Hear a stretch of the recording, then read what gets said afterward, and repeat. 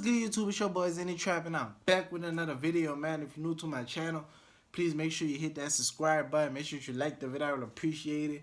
Today we got 50 Cent just revealed how Diddy abused Cassidy. So without further ado, let's get straight to it, man. King!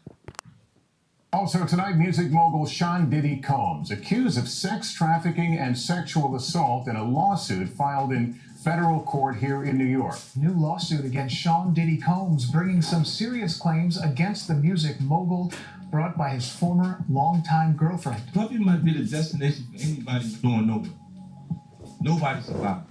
Diddy's troubles are not about to go anywhere anytime soon, because even if there was any plan for a soft landing, 50 Cent won't let him. 50 is out for blood, and he just recently revealed how Diddy abused Cassy in an exclusive video that everyone had forgotten even existed. But you can't blame 50. Brother Love has been digging his own grave for years. His history of abuse would fill a spreadsheet from the White House down to Connecticut. And in this video, we'll be breaking down every last bit of it. What is this video that 50 has that could end Diddy? Why are the odds stacked so high against Brother Love? And is there a way he could come out of this a free man? Let's find out.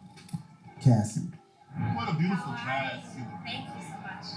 I wanted to ask you, can't wait to see 3 a.m. Yes. The controversy. Yeah.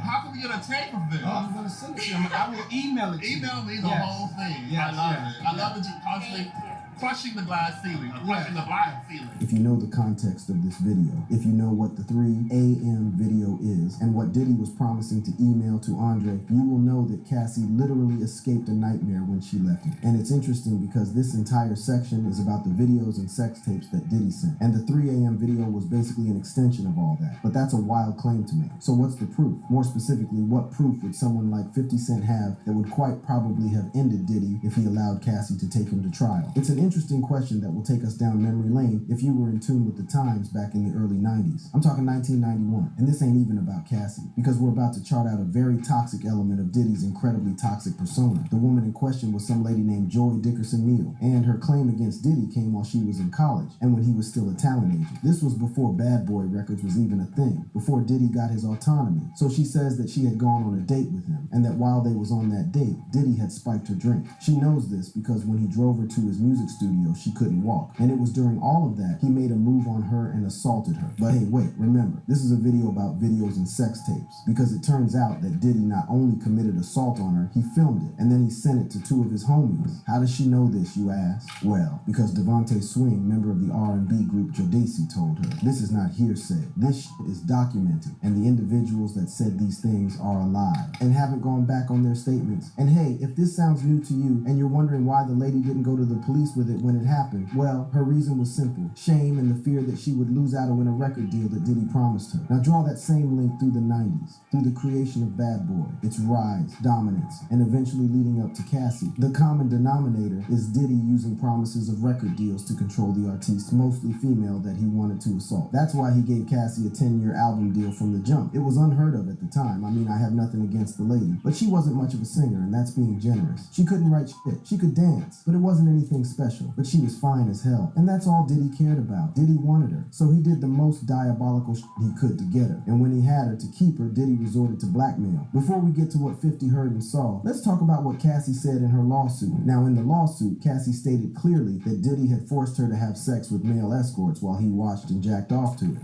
That girl went through some tumultuous that she never thought that she would ever have to go through being in the music business. Do you understand that? But it gets even worse because Diddy forced Cassy to find the male hookers herself. And before she would sleep with them, he drugged her. And finally, like he had done to the lady from college, filmed all of it. My mother always told me many people won't tell the same lie all the time. So for the Diddy apologists out there, what's up? How do y'all explain this? And before you answer, know that there's more. Because those tapes that Diddy shot were used as collateral. Really, it was blackmail material. Anytime she threatened to leave, he threatened to send it out. And eventually, he did. Because in 2010, during a radio interview with DJ Woo Kid on Shade 40, 1945, 50 Cent would talk about a similar tape that he saw that made him call Diddy's relationship with Cassy into question. At first, 50 wasn't even aware that Diddy knew the pictures existed because they were sent to his personal phone from an unknown source, and they were nasty, very nasty. In his own words, they were not the shit that y'all saw. Worse, way worse, like penetration pictures. Now, when you think of who 50 is and how short the list of people who would have direct contact to his personal number, then you know it was either Diddy or someone close to Diddy that sent it to him. But like I said before, Diddy didn't know that. In fact, he immediately called Diddy to inform him about it. You fuck with this girl, like you really, like you like her, like that? And he was like, yeah, that's my girl. I'm like, all right, I'm gonna send you something. You look at it, you call me back. So 50 Cent sent him the pictures, and Diddy called back saying that the images had been obtained by his guys, and that it was a mistake or something like that. But 50, who already knew the type of nigga that Diddy was, knew that that wasn't the case. Diddy had taken those images as collateral for Cassy. It was his way of keeping her his girl, and that was probably the moment where 50's total disregard for Diddy began. The beginning of it all... And W Diddy for getting Cassy, man. Cassy bad as hell, man. I ain't gonna lie. She bad as hell. She's just one of the few females that's just bad. You know what I'm saying? I can't remember the name of the movie, but I've seen her in this one movie, bro. It had this other nigga. I can't remember the nigga name. I think it's The Perfect Match. That's the name of the movie. Y'all should go check that out. She was looking... Ugh! You know what I'm saying? She was looking bad on that movie. I ain't gonna cap, bro. Shout out Diddy for hitting, man. No cap. The shopping incident.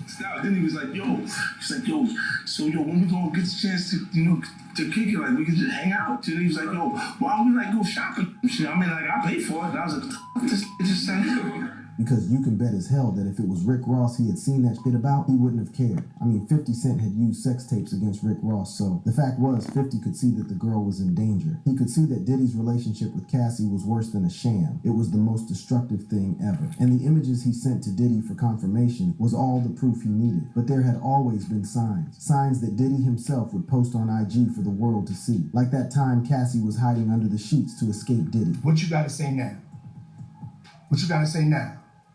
You ain't got shit to say. True, you could argue that nothing here proves or shows any proof of abuse. But if you'd known what Diddy did to the lover he had before Cassy, if you knew what he did to the mother of his children, if you were aware of what he did to Kim Porter, you wouldn't be questioning the context of that IG video. You would know that Diddy was the most manipulative, diabolical type of serial abuser.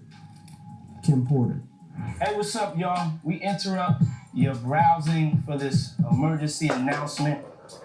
This is my girl, Kim, my lovely girlfriend, KP, Kim Porter. Let me paint the picture for you. The year is 2005, and by this time, Diddy and Kim Porter had been for more than 10 years. Well, technically, they had been, like she said, in an on and off relationship for more than a decade. During one of those momentary periods they were together, Diddy heard a rumor. The rumor was that Kim had gotten into a relationship with a colleague of Diddy in the industry. So, Diddy is an L-mans, man. I don't cap, bro. Anyway, man, if you guys are new to the channel, please make sure you hit that subscribe button. Make sure you like the video. I would appreciate it. And I'm going to see you guys on the next one, man. Peace.